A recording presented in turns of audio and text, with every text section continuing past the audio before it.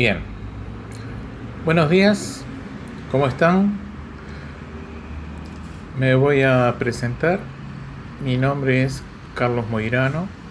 Soy contador público, licenciado en Administración de la Facultad de Ciencias Económicas y de Administración, con diploma en Computación de la Facultad de Ingeniería, profesor agregado grado 4 de esta facultad y conjunta a la Unidad Académica Sistemas en asociación con el Departamento de Administración. Estaremos aquí para acompañarles en este tema de especificación de requerimientos que en los últimos tiempos se ha convertido en un tema central en lo que se refiere a diseños de sistemas de información.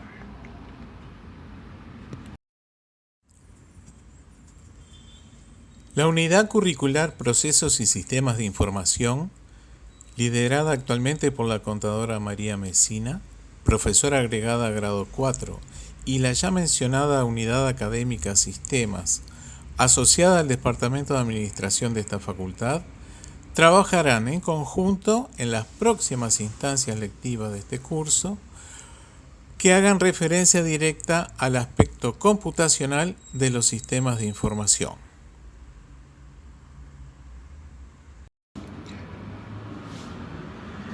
Este tema que vamos a comenzar a tratar hoy figura en el programa de esta asignatura de Procesos y Sistemas de Información, justamente luego de haber visto el concepto central de sistema de información. En esta primera instancia tendremos dos clases, donde en la primera veremos todo lo relativo al tema, para ya en la segunda clase entrar un poco más en profundidad a desarrollar una metodología de especificación de requerimientos.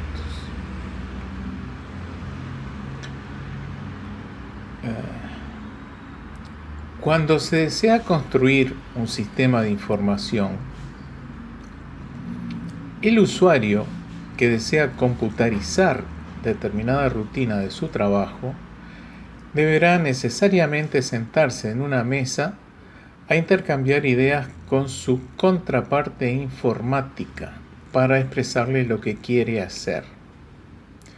Y deben entenderse mutuamente. Quien expresa lo que desea hacer debe ser comprendido por el desarrollador, por el informático. Y una vez que está casi elaborado el sistema de información por la contraparte informática, el usuario, o sea ustedes, deben validar si lo que hizo se corresponde con la solicitud inicial, con lo que ustedes le pidieron. Existen diversas metodologías, de entendimiento, y la más generalizada y ampliamente utilizada tanto internacionalmente como localmente es un lenguaje relativamente nuevo llamado UML, que nace como la reunión de otros lenguajes de modelado, de los cuales se extrae lo más útil e interesante para formar así el UML. Ustedes no se preocupen porque no vamos a entrar a analizar UML en profundidad. ¿Por qué? Porque excede las necesidades de este curso. Pero lo que sí vamos a ver es lo que ustedes necesariamente deben saber al momento de querer elaborar en sus trabajos un sistema de información o, lo que es similar, mejorar el sistema de información que ya tienen o existente.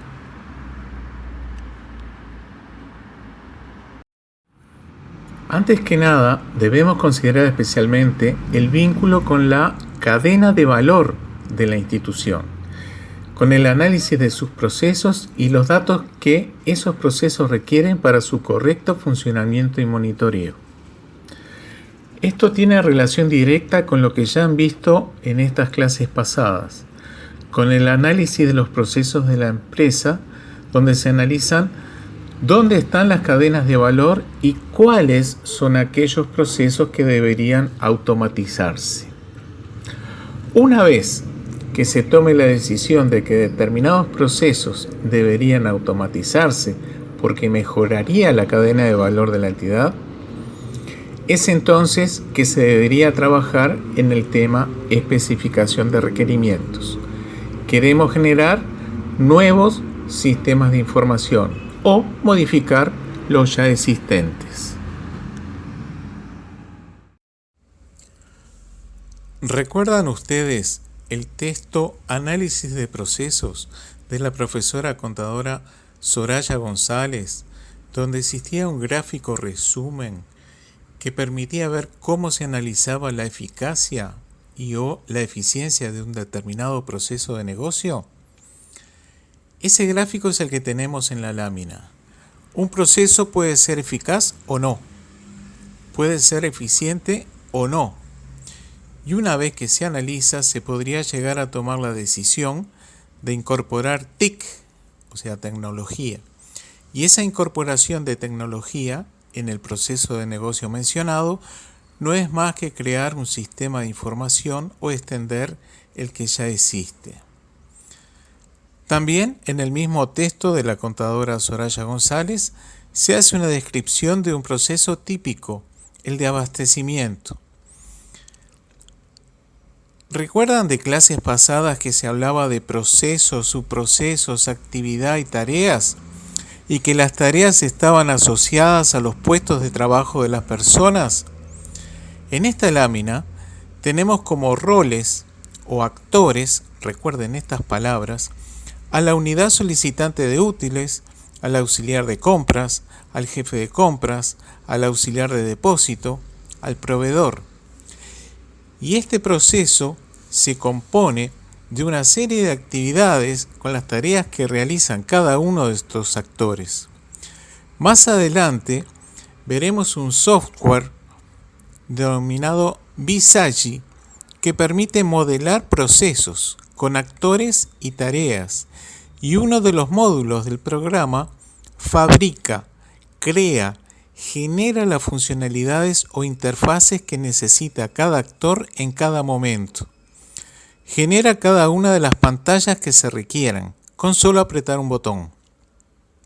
Es más, también define la base de datos necesaria para almacenar todos los datos que se usarán en cada operación de este proceso y generará también el ambiente de red para su conexión en la empresa. O sea que estaríamos modelando el software, indicando actividades y tareas y los roles o actores que ejecutan dichas tareas. El propio Visagi se encargará del resto. Esto lo vamos a ver más adelante cuando veamos modelado de procesos o BPM.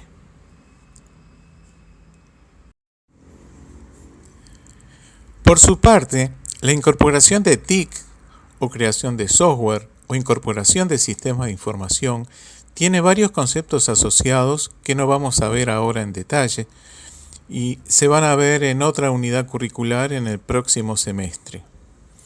Pero que muchos de ustedes han sentido hablar. Me refiero al diseño físico y diseño lógico de un sistema de información.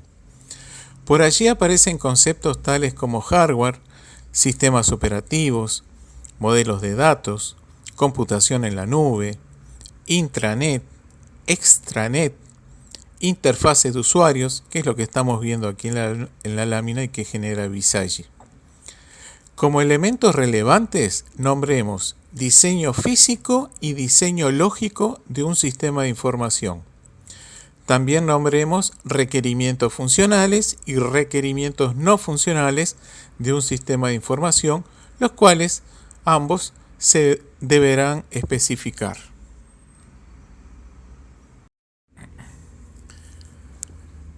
También describía el texto mencionado que la conveniencia de incorporar TIC dependía en gran parte de los análisis de relación costo-beneficio que se realiza sobre el sistema.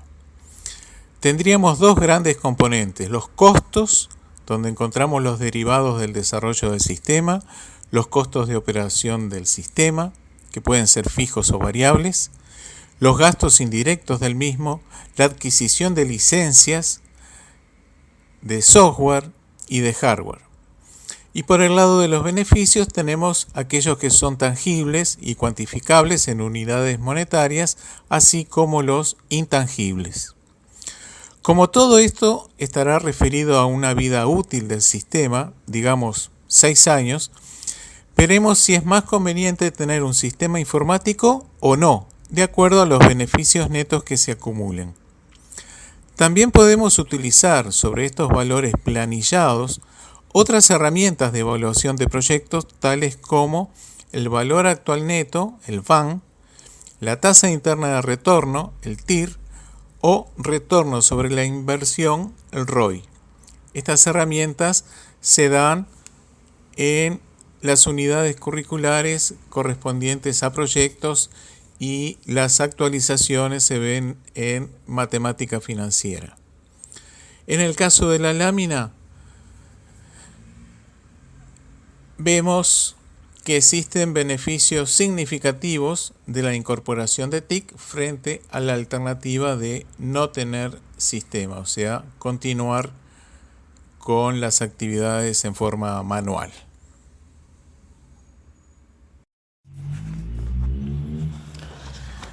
Bien, ¿por qué debemos tratar este tema?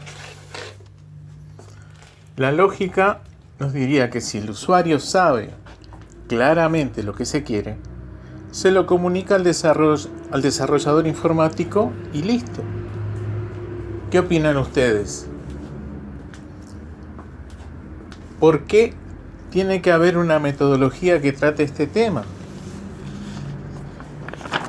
Lo cierto es que si miramos algunos casos en que se han desarrollado sistemas de información, una mirada al exterior, vemos que hay una gran cantidad de fracasos.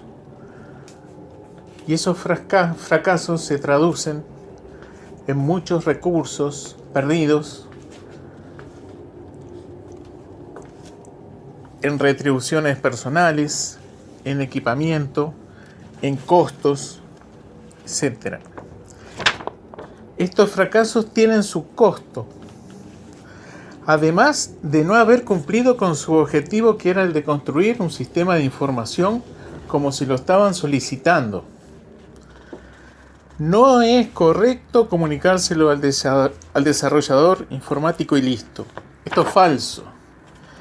Y si observamos las instituciones que han caído en esta falacia,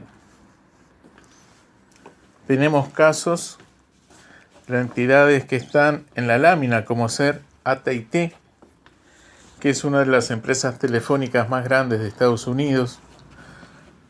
Vemos universidades, bancos, y esto en el extranjero, pero también ocurre a nivel local, aquí en Uruguay. Y son tantos quienes caen en estos problemas y con abultados costos que enumerar los principales casos, ya sean públicos o privados, no entran en estas láminas. ¿Quiénes pagan estos errores? Los costos incurridos y los tiempos insumidos son grandes, realmente son grandes. Y el resultado de estos fracasos van directamente a la basura. Aunque se pagan. ¿Quiénes son los que pagan estos errores? En el caso de los organismos públicos, el dinero saldrá de sus arcas, que se proveen en la mayoría de los impuestos que todos pagamos. En el caso de los privados, de los recursos financieros que se ponen a disposición para este fin. En todos los casos se pone el dinero, pero el resultado al que se arriba es mediocre, paupérrimo o nulo.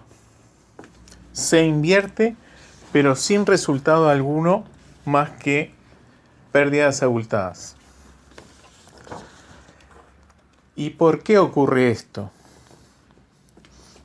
Porque no se tuvieron las debidas providencias del caso. Se pensó que era una simple comunicación al desarrollador y listo. Y no es así. En la metodología propuesta para que ustedes vean y utilicen, es la más utilizada y comprensible por todos los desarrolladores informáticos. Es una manera de acercarse al vocabulario utilizado generalmente para especificar los requerimientos de un sistema de información.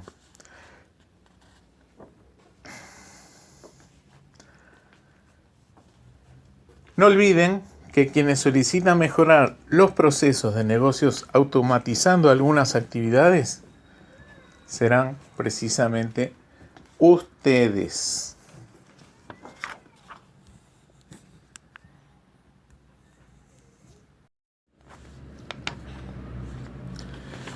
El índice de éxito en la implantación del sistema de información no es alto. No es alto. Toda entidad que haya transitado por los caminos de la implantación de un sistema de información y que su resultado sea un fracaso, se va a preguntar: ¿cuál fue el error? ¿Por qué fracasamos? ¿Cuáles fueron las causas de este desastre? Hemos perdido mucho tiempo y dinero. Eso se preguntan los directores de las empresas que tuvieron estos fracasos. Y las conclusiones a las que todos arriban son similares.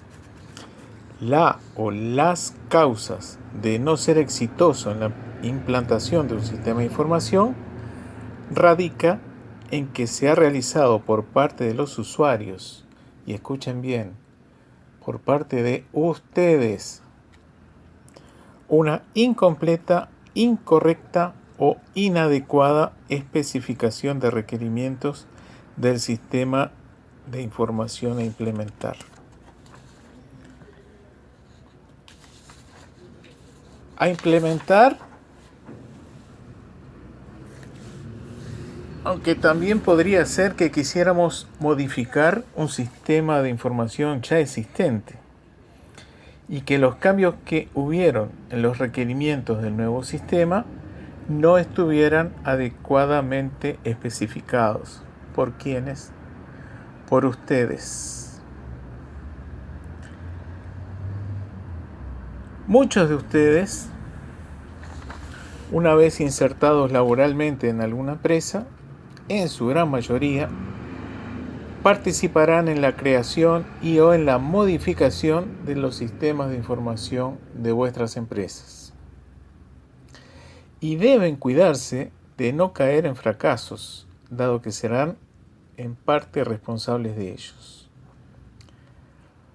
Por tanto, cuando escuchen que se está creando o se está modificando algún sistema de información, recuerden que la especificación de requerimientos del mismo debe ser completa, correcta y adecuada.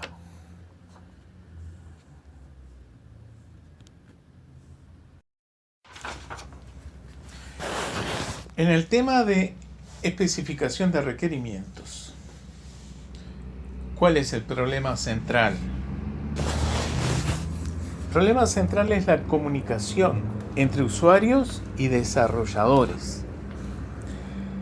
Supongamos que ambos actores están sentados en una mesa y están intercambiando ideas sobre un sistema de información que se quiera construir. En toda comunicación existe un mensaje que será emitido por el emisor y recepcionado por el receptor. Todo esto a través de un canal. Esa comunicación, dependiendo cómo se realice, puede tener una o varias interpretaciones. Una cosa diferente es un mensaje hablado y otra es un mensaje escrito. El vocabulario utilizado por una persona tendrá una interpretación que podría ser diferente del significado que tenga para otra. Y esto rige tanto si el mensaje va o si el mensaje viene. Es por ello que se trata de utilizar una metodología o lenguaje que para ambos actores tengan siempre el mismo significado y de esa manera reducir notablemente la generación de errores.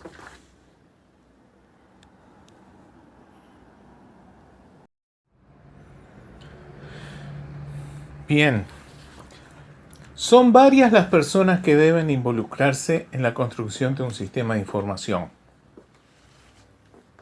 Así, tendremos al usuario,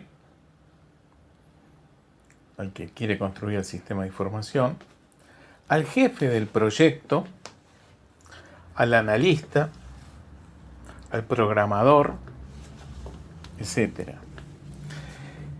Y este cómic que ven aquí, que se conoce desde hace muchos años, lo que resalta es cómo cada uno de ellos interpreta una cosa diferente de lo que ha interpretado otra de las personas, de manera tal que ninguno, ni siquiera el propio usuario, se refiere exactamente a lo que necesita.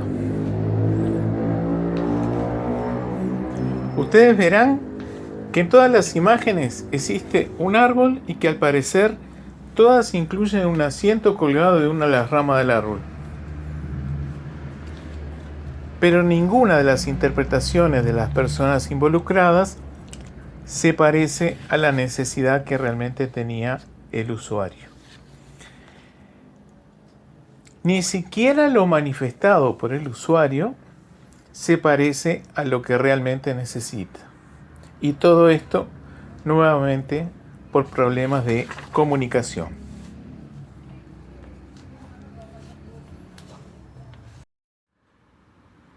Bueno, en esta y en las próximas láminas veremos que existen reales dificultades para la definición de los requerimientos y que cuando se intenta explicar una cosa, se interpreta otra.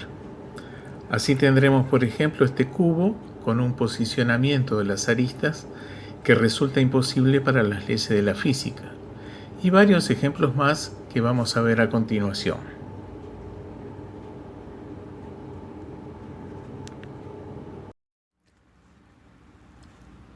En esta otra lámina observamos algo similar.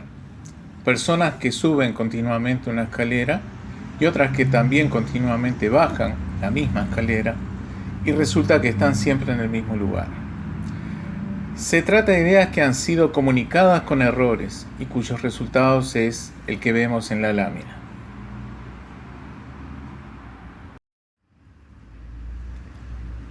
Una última lámina de este tipo.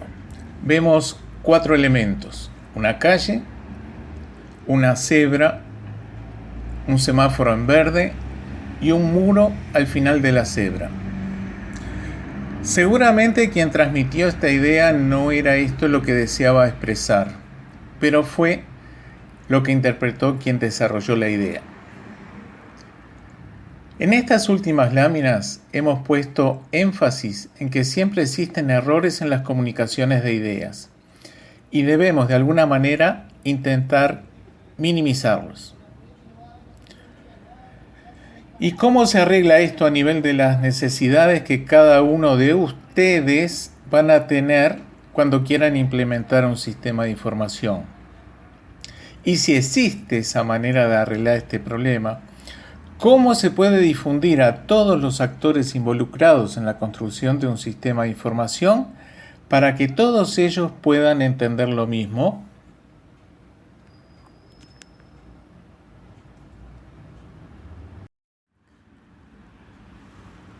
Cuando se construye un sistema de información, deberemos tener en cuenta que lo que se le pide a dicho sistema responde a necesidades que no siempre se pueden expresar fácilmente.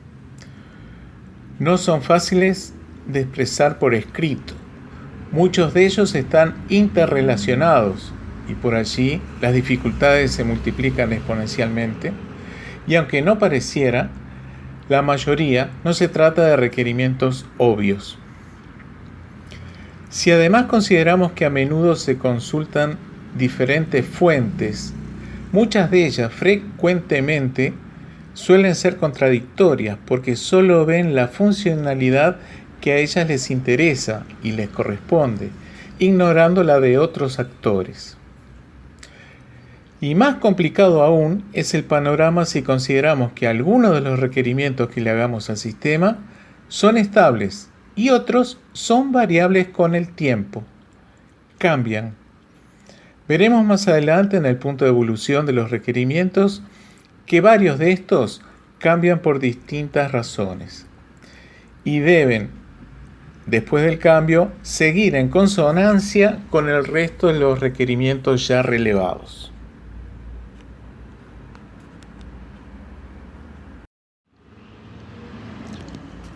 Bien, hemos fundamentado hasta aquí las dificultades que tiene la especificación de requerimientos tanto a nivel local como internacional.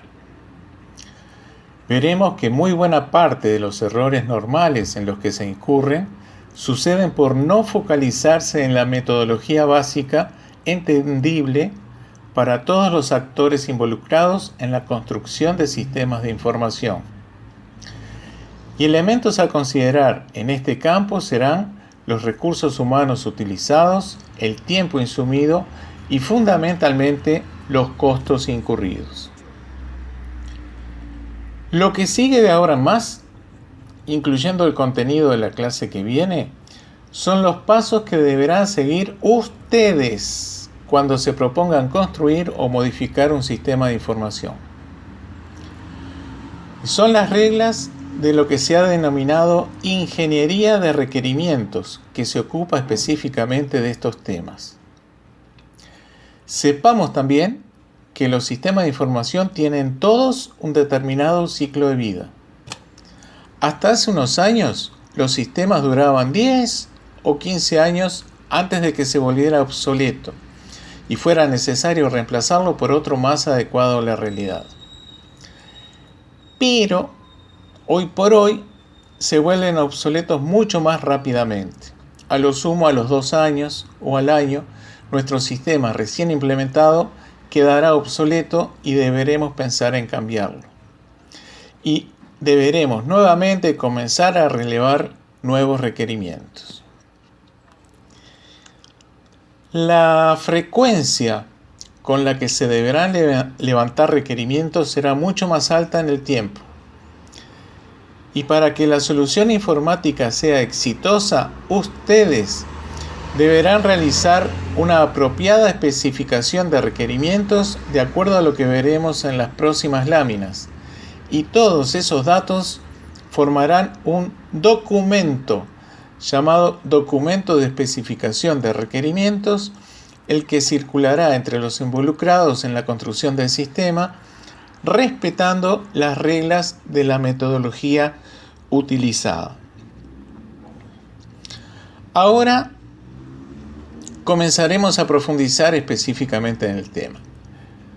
No se olviden que a nivel académico estas referencias que se hacen al tema son preguntables y exigibles en las diferentes pruebas que se puedan hacer en la unidad curricular Procesos y Sistemas de Información. Pero más allá de que todo esto sea preguntable en revisiones y exámenes, lo más importante es que ustedes entiendan, comprendan que si tienen que construir un sistema de información o modificar uno ya existente, apliquen estos conceptos para arribar a buen puerto. A nivel de prácticos, se les pondrá una serie de enunciados que ustedes deberán resolver individual o grupalmente, siguiendo las pautas de estas clases y de la siguiente.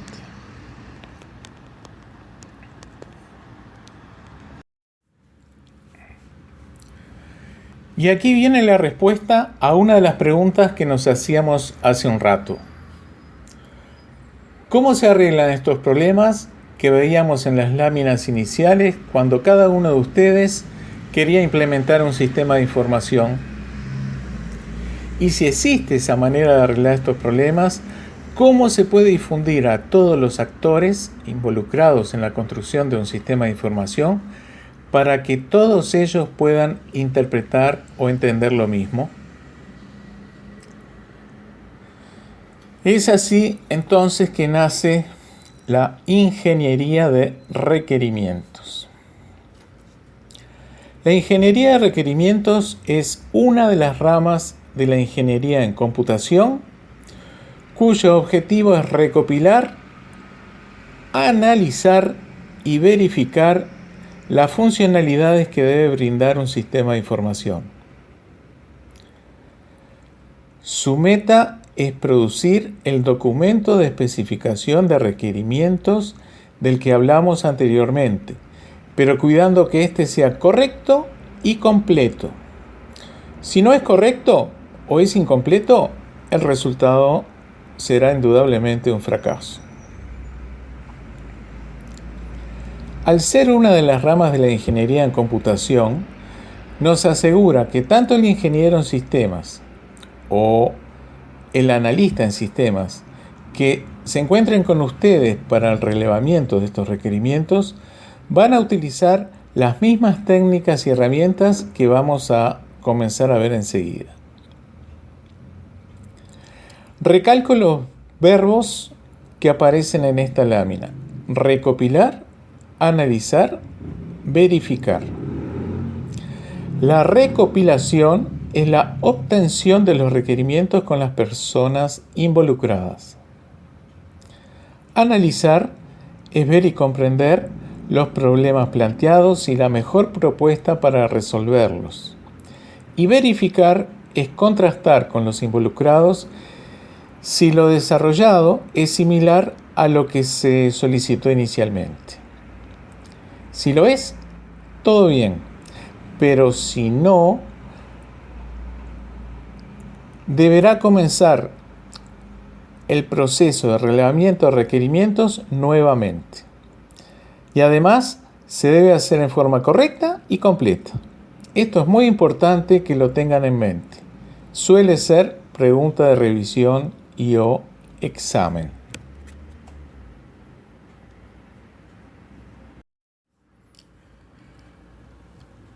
A todo esto, está muy bien que la especificación de requerimientos se realice en forma correcta y completa. Pero, ¿qué se entiende por requerimiento? ¿Qué es un requerimiento? Y aquí va el concepto.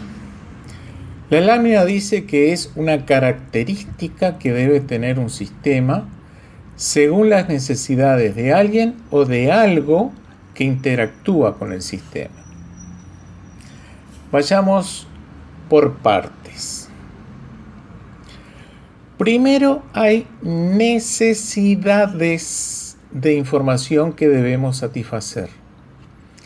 Esas necesidades podrían ser, por ejemplo, un reporte de la facturación mensual que alguien necesita para tomar decisiones.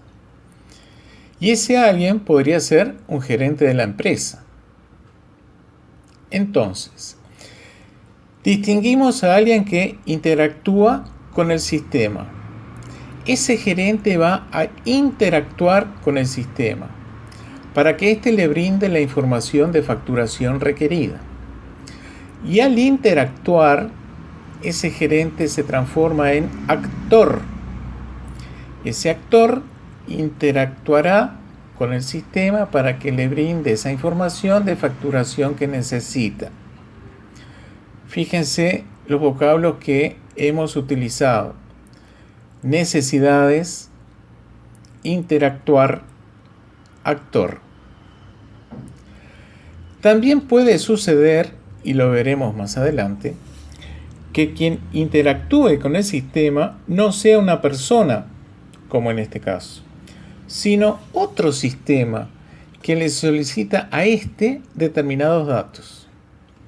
Aquí, el actor, quien interactúa con el sistema, sería otro sistema diferente. Entonces, ¿qué es un requerimiento? Es una característica o funcionalidad que debe tener un sistema. Es algo que debe realizar cuando interactuamos con él o una característica que el propio sistema debe tener. Vamos a ampliar en las próximas láminas.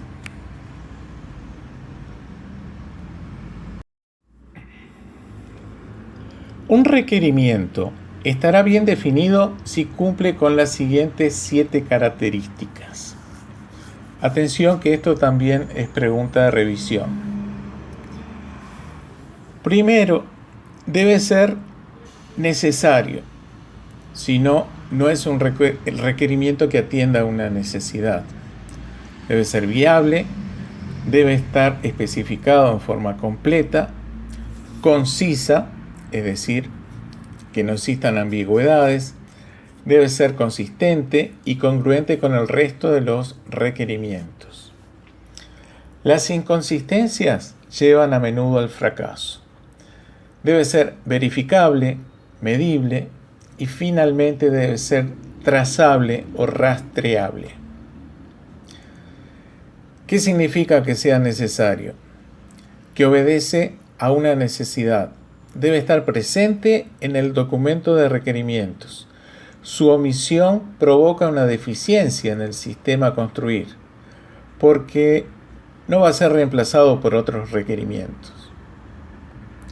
En cuanto a la viabilidad, se estudia que el mismo se pueda efectuar con los recursos existentes en la empresa, o de lo contrario, ver si se han previsto o planificado las adquisiciones necesarias para instrumentarlo.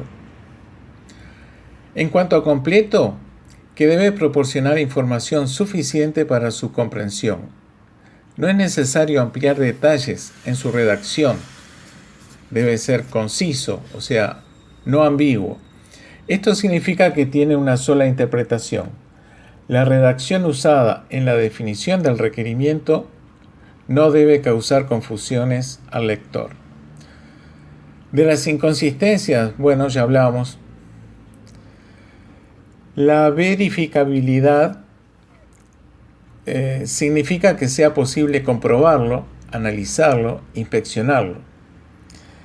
Esta condición debe satisfacerse tanto antes de contar con el sistema en funcionamiento como cuando está en uso.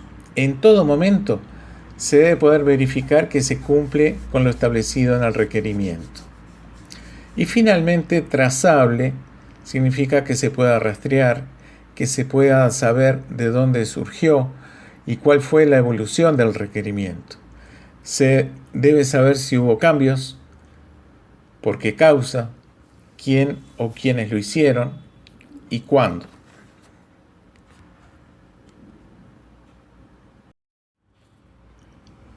Ya vimos entonces la naturaleza de un requerimiento. Son en general las funcionalidades que se le reclama a un sistema que éste debe hacer o una característica que debe poseer. En muchas oportunidades, esas características del sistema son restricciones bajo las cuales debe operar. Veamos ahora los tipos de requerimientos. Se pueden agrupar en 2 grandes categorías: requerimientos funcionales y requerimientos no funcionales. Aquí les vamos a explicar a qué corresponde cada tipo. Y cuando vengan las preguntas en alguna revisión, tal vez le pongamos una serie de requerimientos y ustedes deberán diferenciarlos entre funcionales y no funcionales.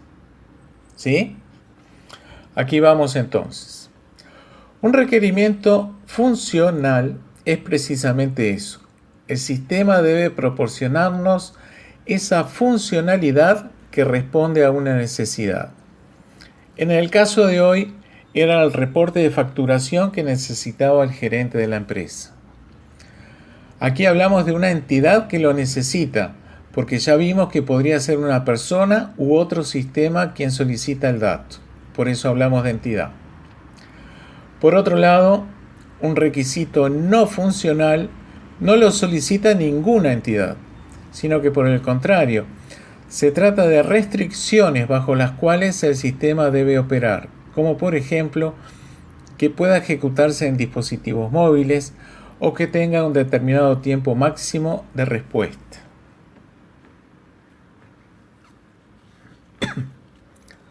Por tanto, Si pregunto por una funcionalidad tal como un reporte especial para un gerente, tal como la facturación mensual de la empresa, ¿qué tipo de requerimiento será? Un reporte para un gerente. Será funcional. Y si especifico que debe proveerse en no más de 2 minutos, ¿qué tipo de requerimiento será? No funcional. Entonces, la ingeniería de requerimientos es el proceso por el cual se establecen las funcionalidades que un sistema de información debe proveer, así como las características o condiciones bajo las cuales éste debe operar. Tenemos entonces requerimientos funcionales y no funcionales.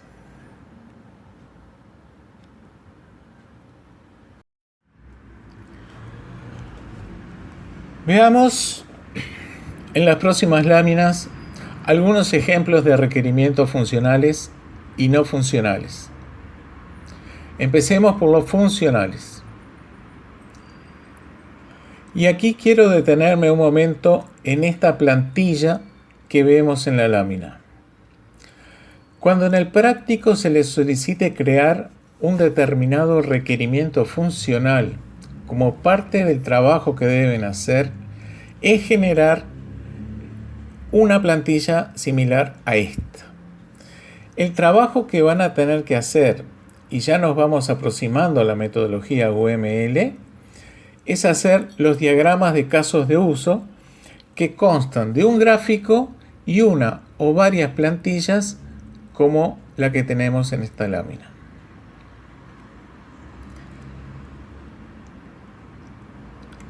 Esta plantilla contiene fundamentalmente un requerimiento que indica como precondiciones, lo tenemos allí, desde dónde arranca o se inicia la funcionalidad a satisfacer, cuáles son los pasos que el sistema debe seguir, flujo normal, y dónde tiene que finalizar, postcondiciones. Esto lo vamos a ver con mayor detenimiento en la clase que viene. Por ahora, vayan tomando nota de esta plantilla. Estamos en la diferenciación de requerimientos en sus tipos funcionales y no funcionales. El contenido de la plantilla la veremos más adelante.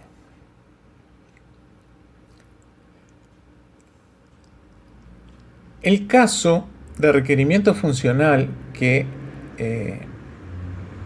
está en la plantilla es un requerimiento sobre el reclamo que realiza telefónicamente un cliente a una determinada empresa sobre algún asunto en particular.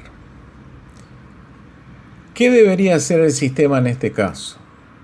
El requerimiento establece que quien interactúa con el sistema, y aquí no es el cliente sino un empleado de la empresa, ingresa el número de cliente, se despliegan sus datos, se verifica si está al día con sus cuotas y en ese caso se ingresa el motivo del reclamo y se genera un número de reclamo.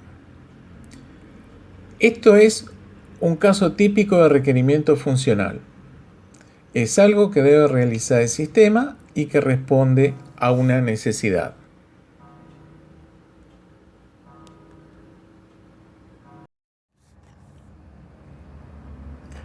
Muy por el contrario, los requerimientos no funcionales no responden a alguna funcionalidad solicitada para resolver una cierta necesidad, sino que son condiciones, propiedades que debe cumplir el sistema, más allá de lo que se le esté pidiendo. No se refieren a las funciones del sistema, sino a las propiedades del sistema. Atención a este punto, repito. Los requerimientos no funcionales no se refieren a las funciones del sistema, sino a las propiedades del sistema. Así, por ejemplo, deberán manejarse aspectos de seguridad informática, de integridad de datos, disponibilidad y confidencialidad, así como del cumplimiento de determinadas disposiciones legales. Atención aquí, disposiciones legales que regulan los datos que circulan en los sistemas de información, a saber, la Ley 18331 de Habeas Data, conocida como Ley de Protección de Datos Personales, la Ley 18381 de Información Pública, cuando una determinada información es pública, es reservada o es confidencial, y la 18.600 sobre documentos electrónicos y firmas digitales. También existen otras disposiciones legales, tales como, por ejemplo, las referidas a la facturación electrónica. A esto se agregan características de las que ya hemos hablado antes, tales como rapidez y portabilidad, en el entendido de que la portabilidad es el uso del sistema en diferentes plataformas, en un PC, en una tablet o en un smartphone. Bien, ¿quiénes intervienen en la especificación de requerimientos? ¿Cuál es el personal involucrado en este proceso de especificación de requerimientos? ¿Cuál es el personal involucrado en la ingeniería de requerimientos? Los posibles roles que se suelen distinguir en la ingeniería de requerimientos son en principio todos los que figuran en esta lámina. Y dentro de todos ellos, una mención especial para los usuarios finales, líderes y usuarios de testing, que serán justamente ustedes y que serán quienes planteen las necesidades a cubrir al equipo técnico que desarrolla el sistema. La ingeniería de requerimientos debe identificar las características de todas estas personas y sus roles, en especial sus intereses y sus limitaciones. En especial a nivel de operación, no deberían haber personas analfabetas, por ejemplo. Y en la capacitación, no deberían haber personas de muy avanzada edad. Todo esto debe ser explicitado y nada puede darse por obvio, porque si no, ahí es donde surgen los fracasos.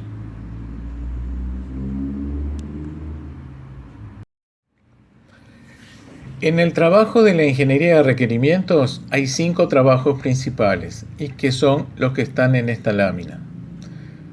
El análisis del problema, la evaluación y negociación, la especificación de los requerimientos, la validación de los requerimientos y la evolución de los mismos.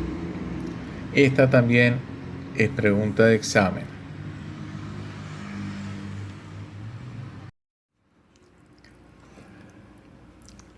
Veamos las actividades de la ingeniería de requerimientos. Veamos la primera, que es el análisis del problema. Esta primera actividad a su vez se conforma por las siguientes tareas: comprender el problema, construir un vocabulario común, identificar a todos los involucrados y definir el alcance del sistema. Todo esto para analizar el problema.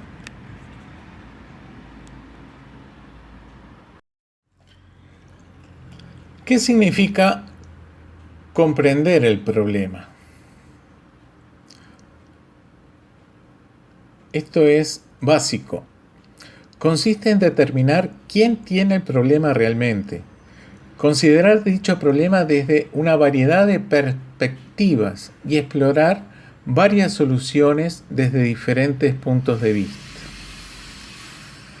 Así, si por ejemplo un cliente se queja por las demoras que le ocasiona hacer colas de espera para ser atendido cuando realiza un determinado trámite X, Las diferentes perspectivas a considerar serán la perspectiva del cliente por la pérdida de tiempo y también la perspectiva del negocio por la posible pérdida de ese cliente. Y las soluciones en este caso podrían ser determinar por qué se demora la atención, agregar más puestos de atención, automatizar el trámite o tercerizar el servicio, por ejemplo.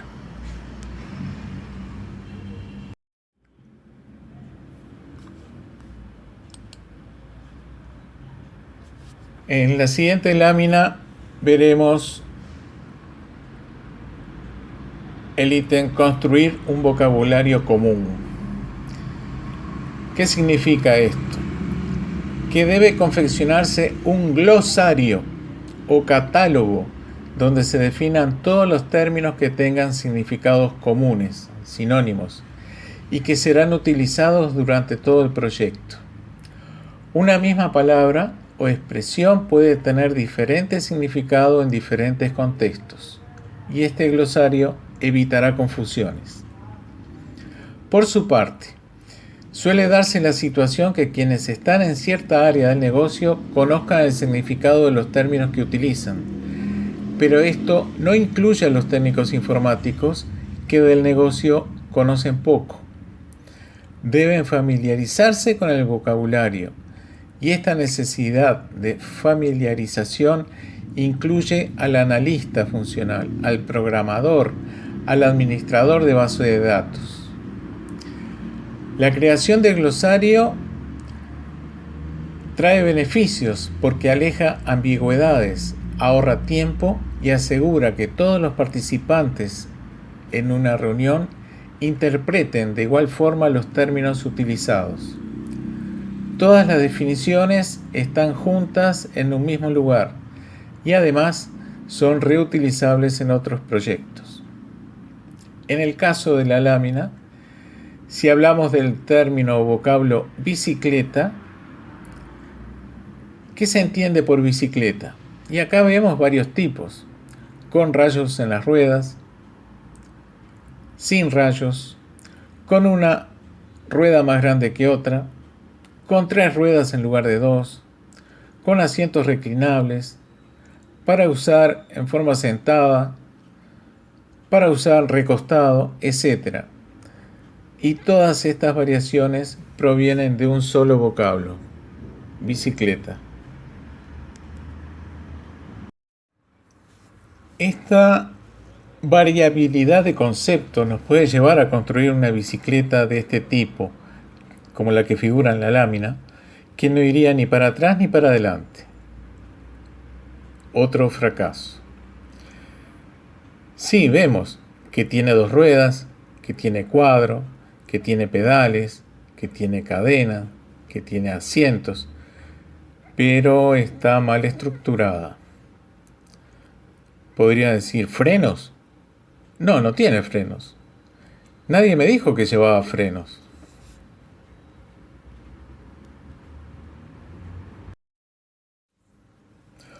Un tercer componente del ítem analizar el problema es identificar a los involucrados, esto es, ver a todas las personas o grupos de personas que están directa o indirectamente afectados por el sistema. Esto evita sorpresas a medida que avanza el proyecto. Las necesidades de cada afectado son discutidas y sometidas a debate durante el trabajo de ingeniería de requerimientos. Se deben conocer las opiniones de todos los involucrados y una de las cosas que se deben considerar es que frecuentemente existen situaciones contradictorias. Por ejemplo, una persona informa que determinados datos no los necesita y por lo tanto no se deberían ingresar al sistema, pero pueden ser fundamentales para otro proceso posterior. Para saber quiénes son las personas o entidades que serán afectadas por el sistema, se deben realizar algunas preguntas como las que figuran en la tabla de la lámina.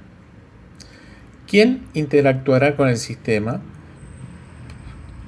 ¿Quién desarrollará el sistema? ¿Quién probará lo realizado? Y otras preguntas similares de interés.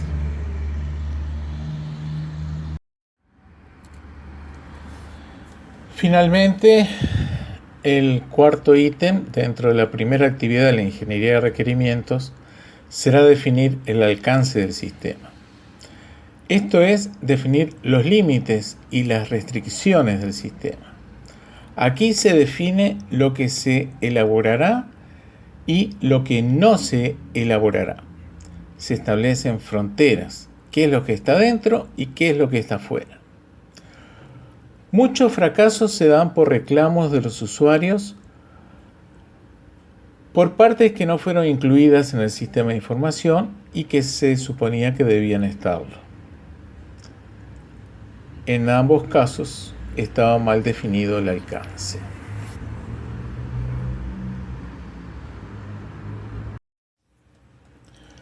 Pasamos ahora a la segunda actividad de la ingeniería de requerimientos: evaluación y negociación de los requerimientos. La diversidad de fuentes de requerimientos hacen necesaria una evaluación para ver si son adecuados o no para el cliente. Se evalúan según su factibilidad técnica, operacional y económica.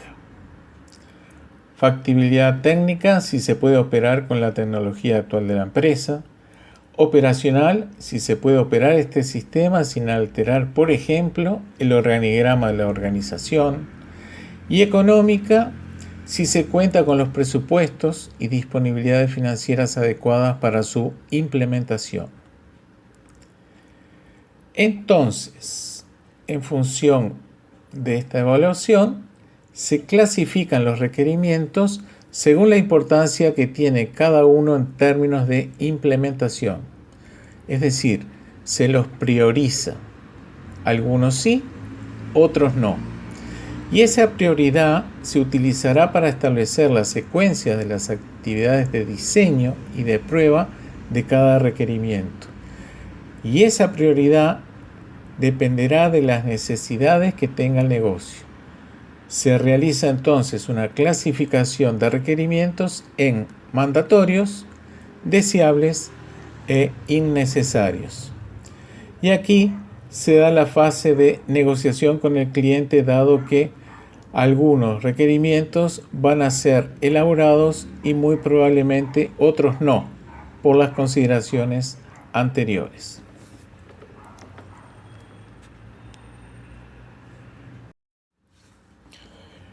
Entremos en la tercera actividad de la ingeniería de requerimientos, que es la especificación de requerimientos propiamente dicha.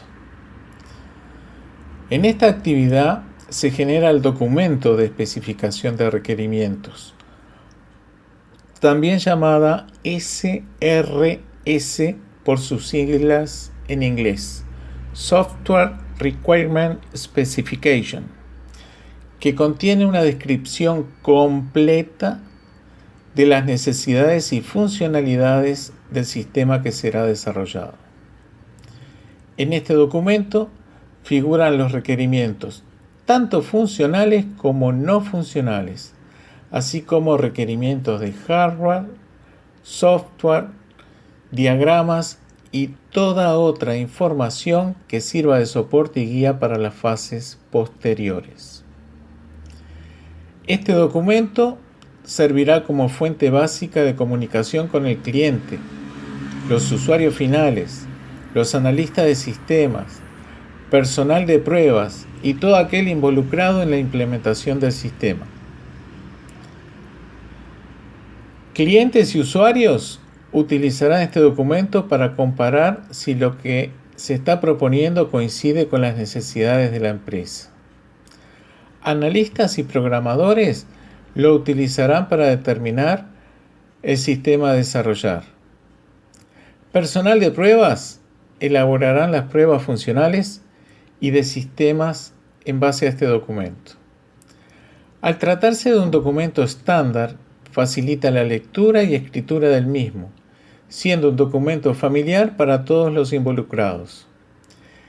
El SRS, o sea, el documento de especificación de requerimientos, tiene las mismas características que cada uno de los requerimientos en sí mismos.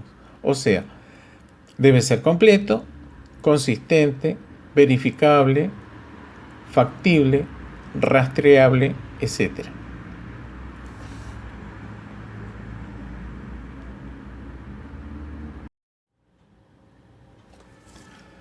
Bien, llegamos así a la cuarta actividad de la ingeniería de requerimientos, que consiste en la validación de los mismos.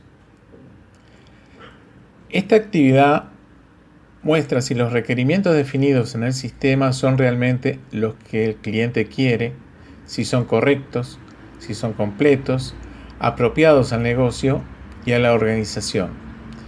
Es decir, que no tenga omisiones, que no tenga ambigüedades, que no tenga inconsistencias, que no tenga redundancias.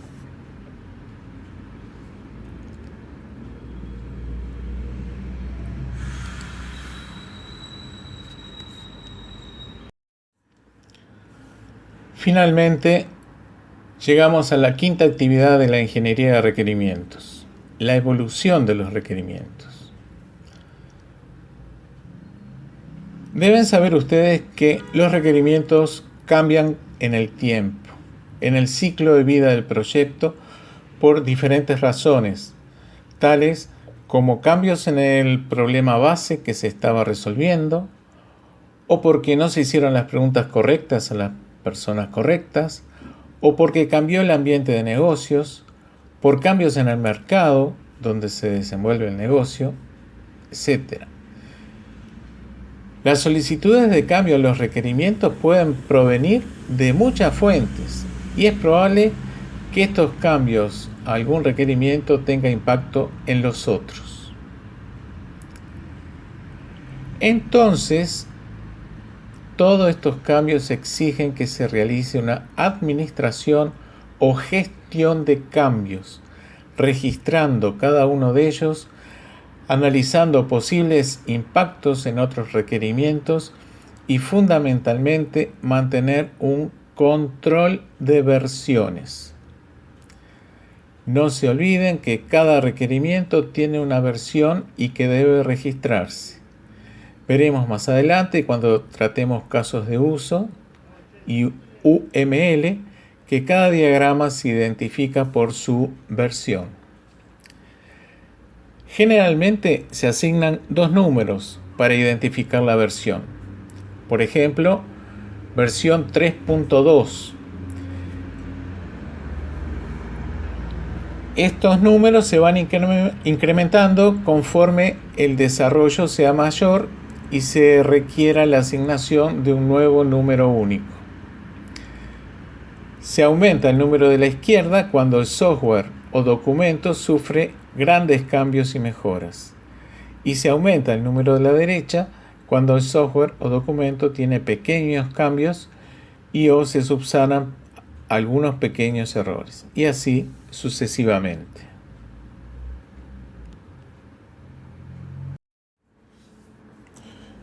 Bien, en esta lámina simplemente hacemos referencia a este control de versiones de cada requerimiento y enumeramos algunas bondades de dicho control, que son los que están allí expuestos en esta lámina. Resumiendo entonces, vemos que las actividades de la ingeniería de requerimientos en la que ustedes se verán relativamente involucrados se puede visualizar como una gran espiral que se recorre desde el centro hacia afuera. Así, comenzaremos, por ejemplo, por un estudio de viabilidad, factibilidad técnica, económica, operacional. Luego se sale a obtener los requerimientos, luego se especifican, se validan, se hace un prototipado o construcción de prototipos, y esto lo vamos a ver a continuación. etc. Y entramos ahora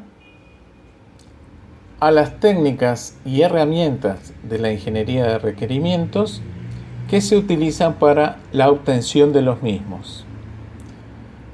Esta es también pregunta de revisión. Estas herramientas son variadas, están allí expuestas y a menudo se utilizan en forma conjunta. Es difícil encontrar casos donde se utilice exclusivamente una o dos de ellas.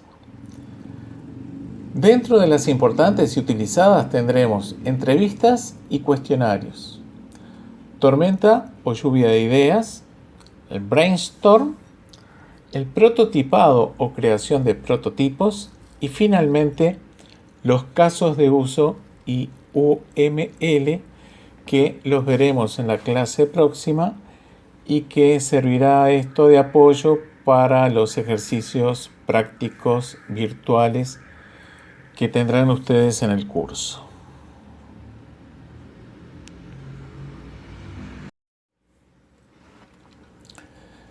Veamos con un poco más de detalle cada una de estas herramientas o técnicas para especificar requerimientos.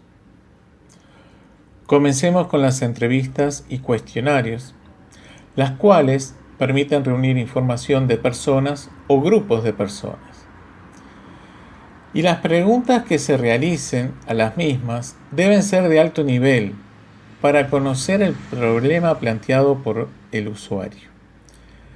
Esas preguntas se pueden agrupar, tal como están en la lámina, en preguntas sobre usuarios, sobre los procesos de negocios que afectan o sobre el propio sistema.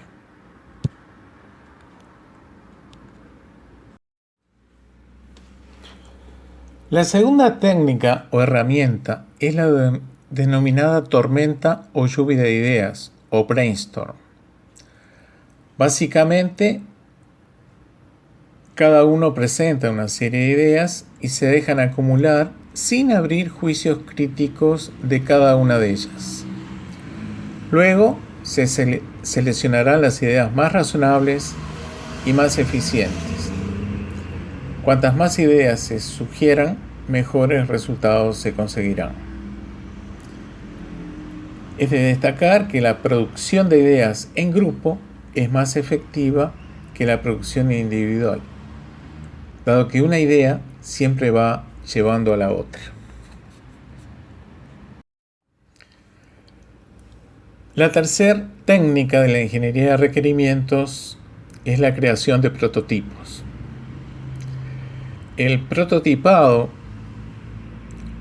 o creación de prototipos comienza con lo que se llama diseño rápido, donde solo se representan aquellos aspectos del software que serán visibles solamente por el usuario. Por ejemplo, las entradas y las salidas, sin ningún procesamiento intermedio entre ambas. Este prototipo es evaluado por el usuario y tras varias interacciones, el prototipo es puesto a punto, mejorando así la comprensión del problema por parte del desarrollador. Finalmente, la última de las técnicas y herramientas para especificar requerimientos del sistema de información son los casos de uso y el UML. Es la forma más moderna y difundida de especificar el comportamiento que va a tener un sistema de información. Un caso de uso es una forma de expresar cómo alguien o algo externo a un sistema lo usa. Atención a este punto, el uso. Los sistemas son usados, no solamente por personas, sino también puede ser utilizado por otros sistemas o por ciertos dispositivos de hardware.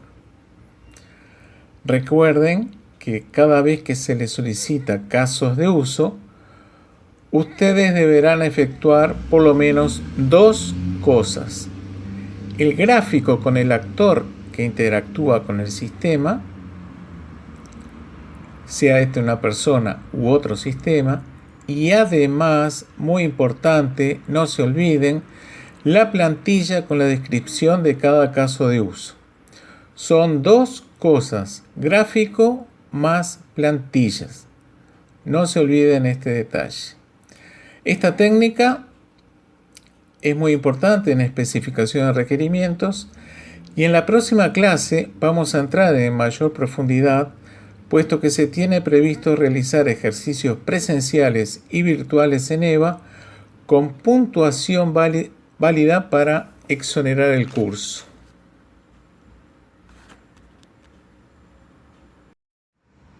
Bien, ya estamos terminando. En esta lámina hemos hecho una comparación de las principales herramientas utilizadas para la especificación de requerimientos. Tenemos las ventajas y desventajas de cada una de ellas.